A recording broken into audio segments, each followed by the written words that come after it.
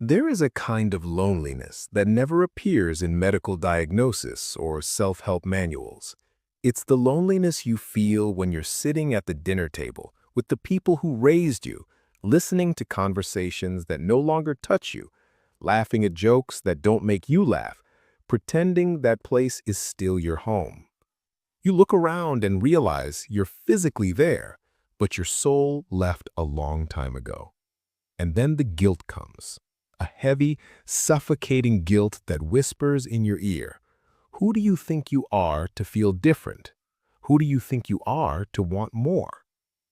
Awakening is a word that sounds beautiful, almost mystical, but the actual experience is brutal. Awakening isn't like turning on a light in a dark room where everything suddenly becomes clear. It's more like realizing you were living in a basement, and suddenly you see a thin line of light coming from above, and you can't ignore anymore that there is a sky outside. The problem isn't the light. The problem is that everyone around you is still comfortable in the darkness, and when you mention the light, they look at you as if you've lost your mind. Family is the first world we know. It's where we learn what love is, what safety is, what belonging feels like.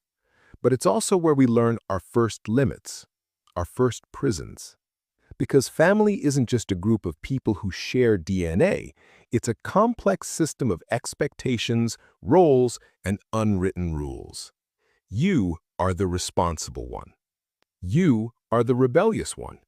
You are the clown who relieves the tension. You are the scapegoat who carries everyone's pain. And this role was assigned to you long before you had the awareness to choose.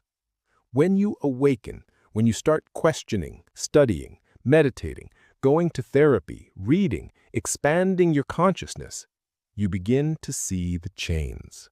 And seeing the chains is the first step to wanting to break them. But here's the problem. Your family doesn't see chains. They see tradition. They see love. They see the way things have always been. And when you start questioning the way things have always been, you're not just questioning behavior, you're questioning their identity. And that's when guilt enters like a devastating force.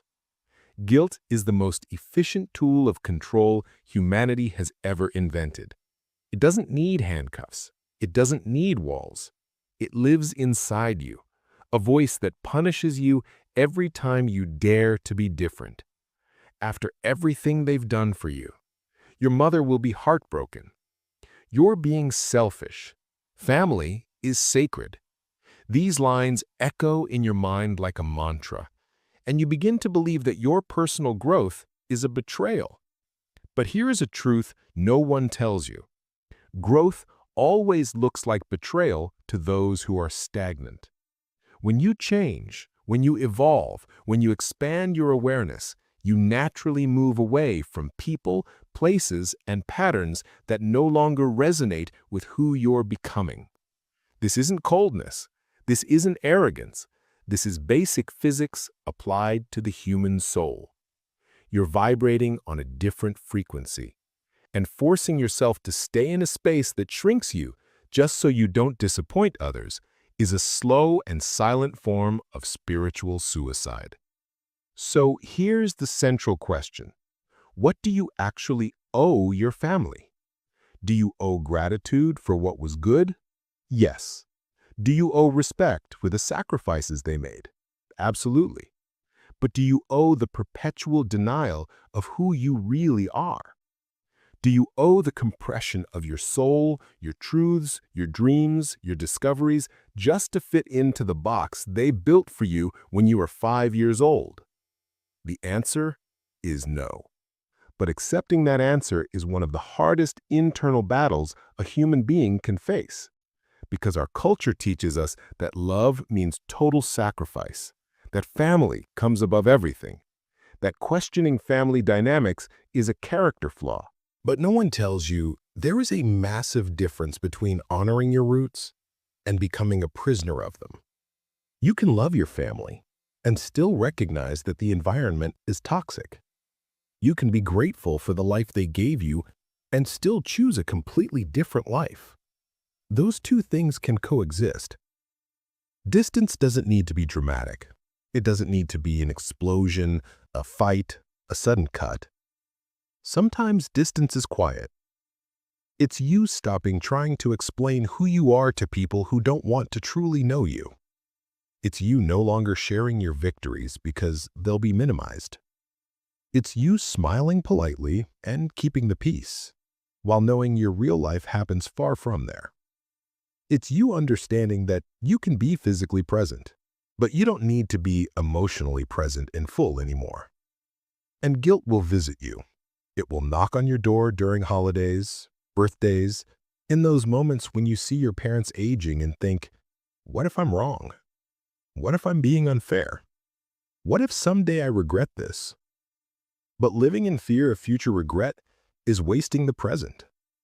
And living a lie out of fear of guilt is trading your soul for approval. Here's something interesting about guilt. It is never proportional. You can sacrifice yourself for years, silence your dreams, swallow your voice, do everything expected of you, and still, the first time you say no, the first time you choose yourself, you'll be accused of being selfish. Because for systems that feed on your submission, any act of autonomy is rebellion. Awakening puts you in an impossible position. You see the prison, but the other prisoners tell you that you're crazy, that there is no prison, that you're all free. And the more you try to show them the bars, the more they isolate you. You become the problem, the difficult one, the one who changed, the one who thinks they're better than everyone else. But you don't think you're better. You just know you're different. And being different in a tribe that worships conformity will always be seen as a threat. So what do you do with this guilt? First, recognize that it's real, but not true. Guilt is a feeling, not a fact. You can feel guilty and still not be doing anything wrong. Second, understand that you are not responsible for your parents' or your family's emotional happiness. They are adults. They have their own journeys. You can love them deeply without being held hostage by their expectations. Third, give yourself permission to be selfish in a sacred way. Sacred selfishness is not cruelty. It is self-preservation. It is putting your oxygen mask on first. It is understanding that you cannot save anyone if you are drowning. And finally, perhaps most importantly, recognize that some journeys are lonely by nature, that some paths can only be walked alone, and that this is okay. Few people understood this as deeply as J.R.R. Tolkien, the British philologist who created The Lord of the Rings and is known worldwide for fantasy, elves, and epic battles. But what most people don't realize is that Tolkien wasn't just building imaginary worlds. He was distilling profound spiritual truths about the human condition, about sacrifice, belonging, and the inherent loneliness of great journeys.